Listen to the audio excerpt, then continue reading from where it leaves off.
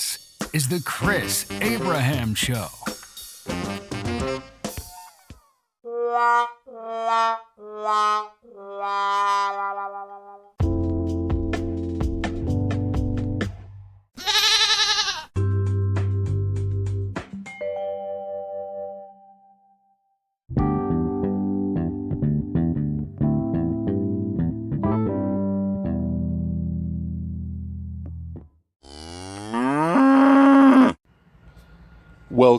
Welcome to the Chris Abraham Show. This is Season 4, Episode 25.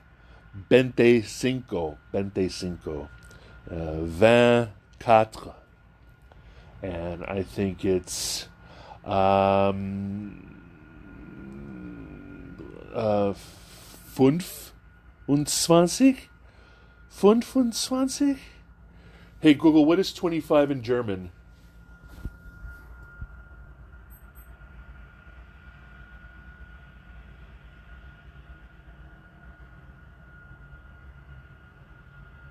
In German, that's 25. Ah, good. What should I translate? Nothing. 25. Translating.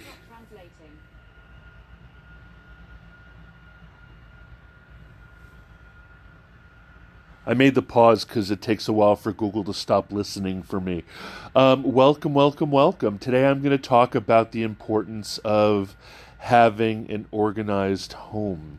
Now, this is not me mansplaining what an organized home is. This is someone who, to put it lightly, the owner of the cleaning service that cleans my apartment honored me by telling me that the reason why I live so squalidly is because I am creative.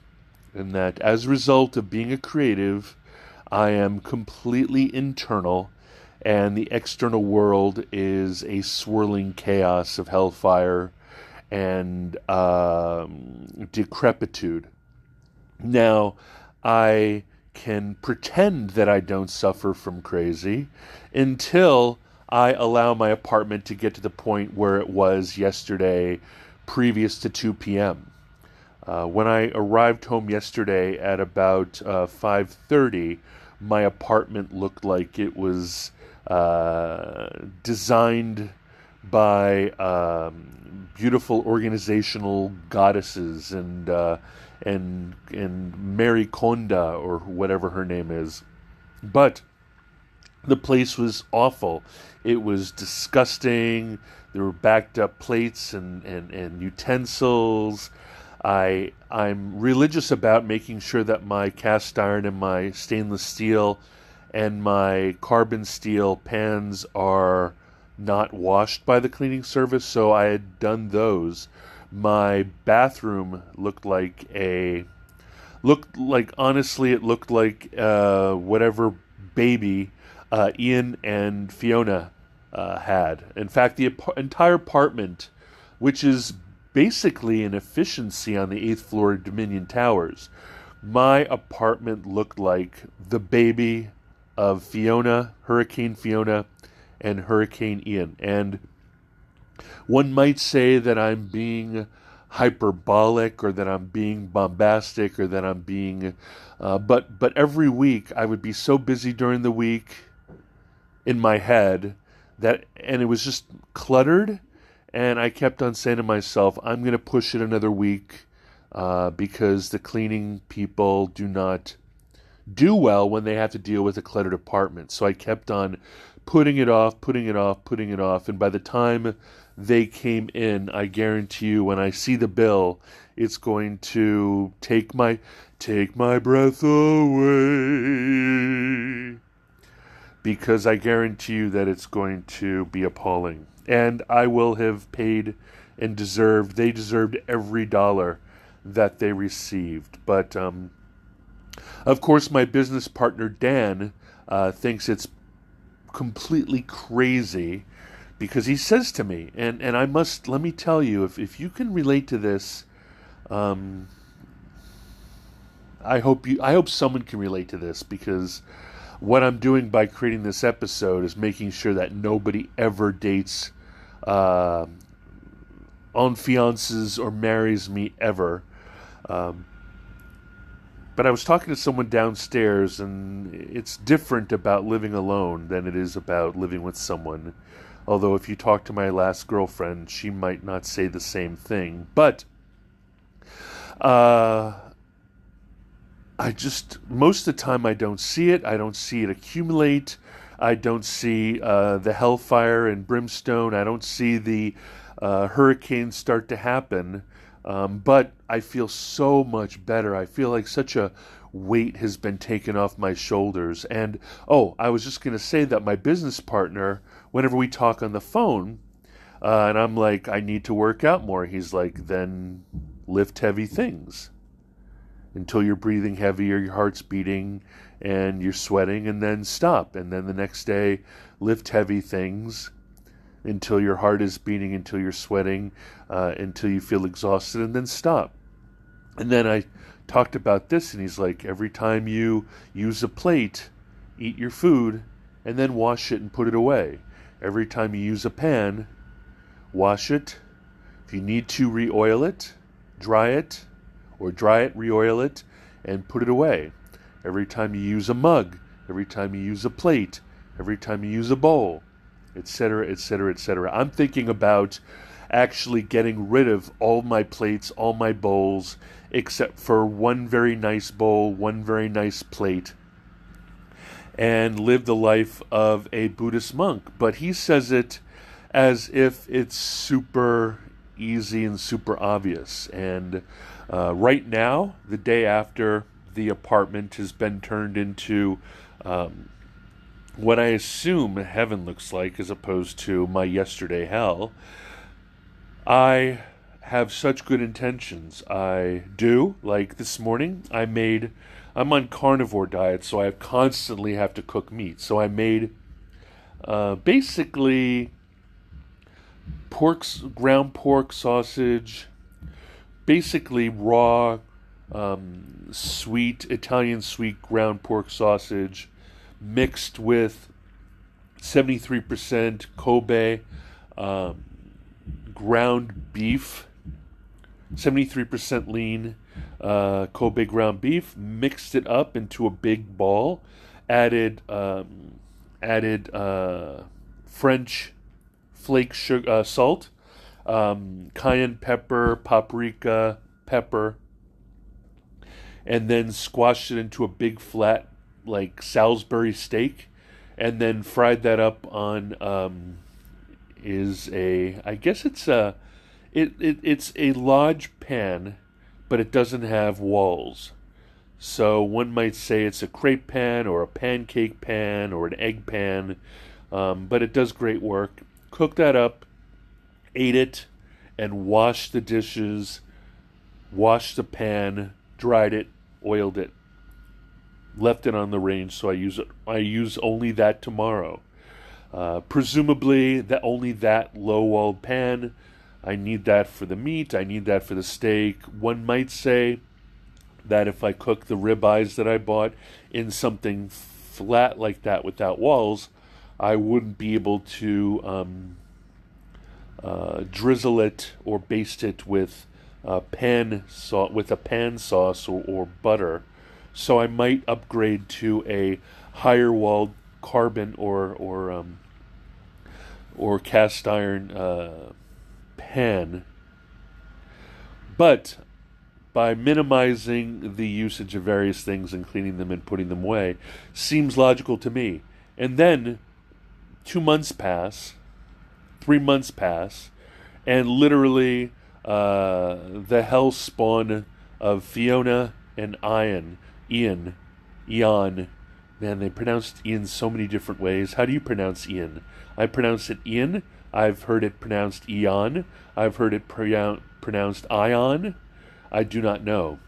All I know is that my high school girlfriend, Georgina King Marr, was the older sister to an actress named Fiona King Marr. And Fiona King Marr was the lesbian dog breeder / dog rescuer that was in the Ted Lasso series second season. So if you want to see what Fiona Marr looks like, go to Google, type Fiona Marr Ted Lasso, and I guarantee you that you will see the video that I uploaded. It's not the best video. I took a video of it from my screen on my television, so it's garbage. But you'll be able to see who she is. So I think of her when I think of Hurricane Fiona, but when I say the hellspawn of Hurricane Fiona and Hurricane Ian, I am in fact talking about to the point where I play apartment Russian roulette, because periodically, since this is a rental, the people from downstairs, the management team, periodically they have to come in here and they have to check something, they have to look for leaks, there is a leak, or they have to change the filter on the HVAC system, the heater and air conditioner, etc., etc., etc. And when it gets... By the way, what is the name of the love child between Fiona and Ian? Iona.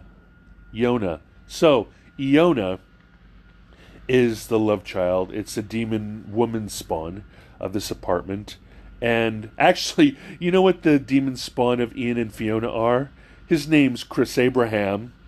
And when it gets bad and the place is complete decrepitude, I play Russian roulette with the pest control guy, or the heater or the AC filter guy, or I play Russian roulette with something's going to leak, something's going to break, something's going to drip into another apartment, or something's going to draw the attention of the management team. And for the last 2 weeks, since I knew it was getting really bad, and I knew that at some point I would need to take an entire day off to declutter and de-louse it before they came, they always leave a message on the door letting you know that they'll be coming the next day. And I literally played Russian roulette with people coming in here and writing me up for a decrepitude Fiona in Hell Baby apartment in my head. 80% of this, 90% of this is in my head. Most of my anxiety, most of my crazy, most of my whatever undiagnosed mental illness I have is completely in my head. Some of it's external. The place really was freaking insane. It was bad. I can't even take pictures because the shame and humiliation ran so deep that I filtered that out actively from my experience of the world, and I edited that out from any experience that resulted in video or camera film evidence. So if someone who was really organized came in here, they would still say it's a mess. But the floors are cleaned and vacuumed, the counters are spick and span. Thank you to Angel or Angel. Thank you for Angel of Apartment Keepers. You are my sunshine, my only sunshine. You make me happy when skies are gray. You'll never know, Angel, how much I love you. Please don't take my apartment keepers away. Anyway, that's the episode. Please do not allow it to get as bad as it could.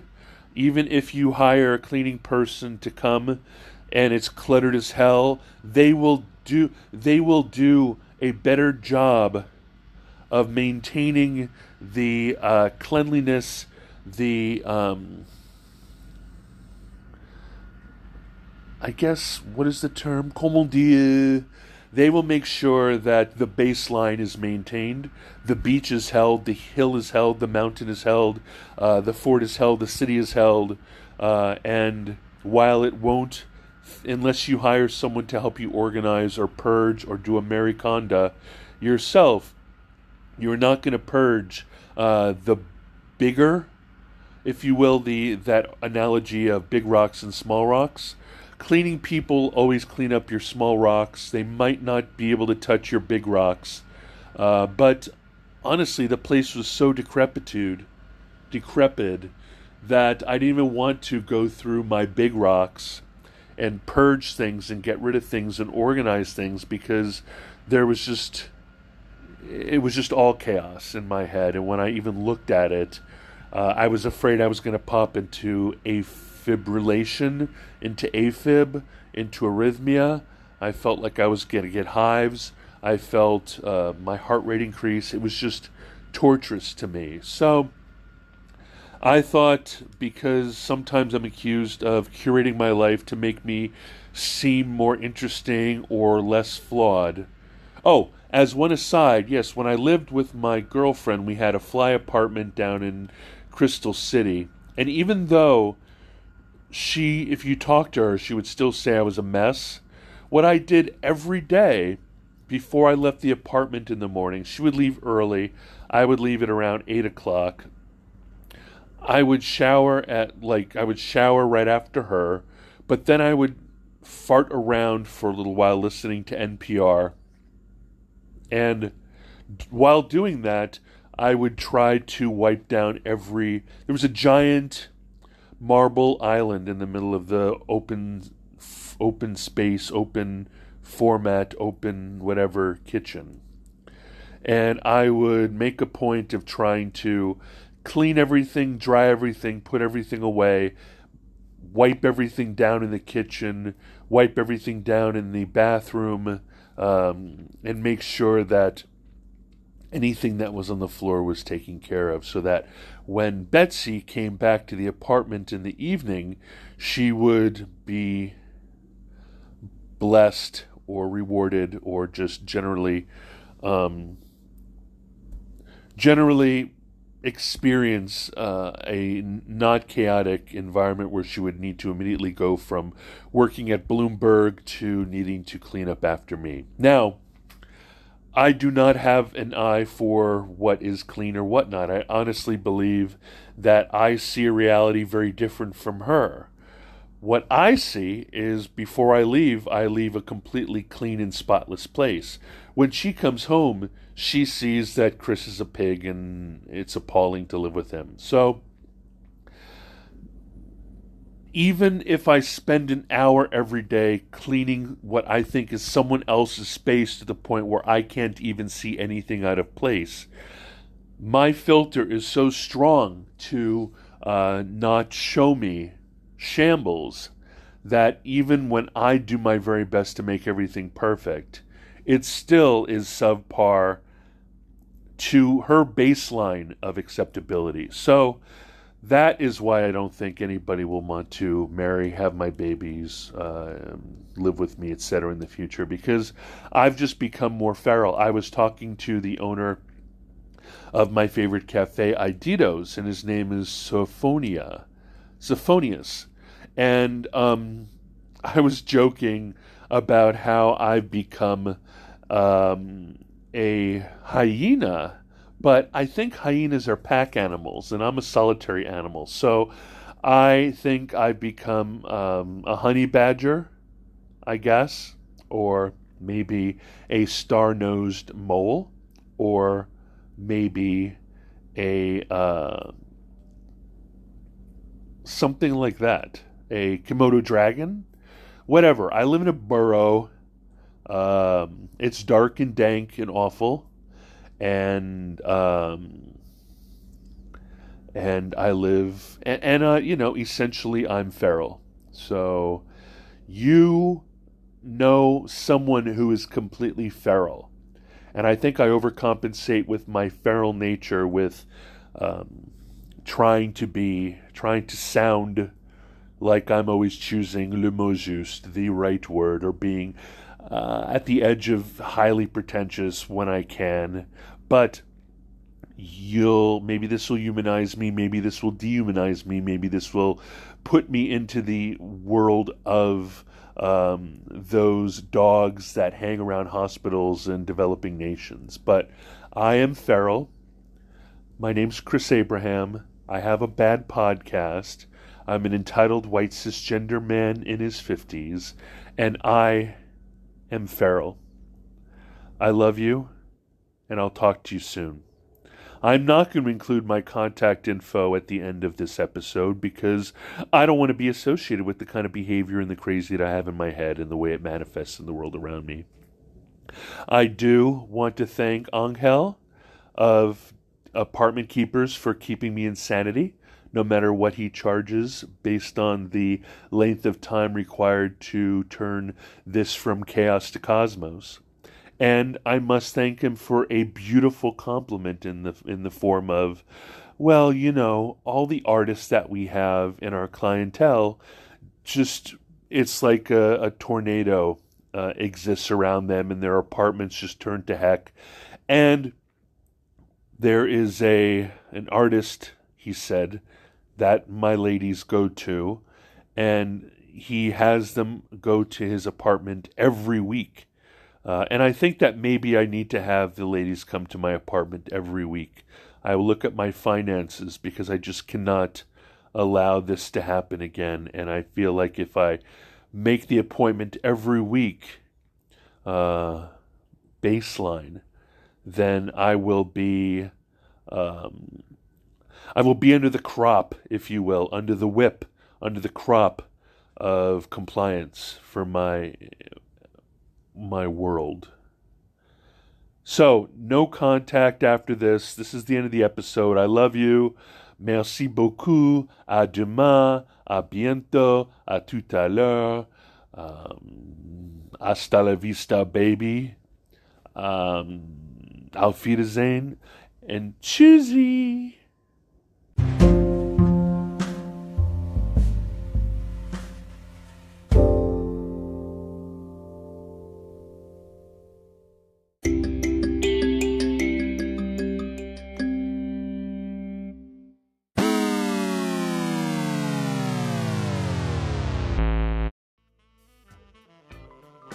Thank you for listening to The Chris Abraham Show. Make sure you subscribe so you don't miss any future episodes. Until next time.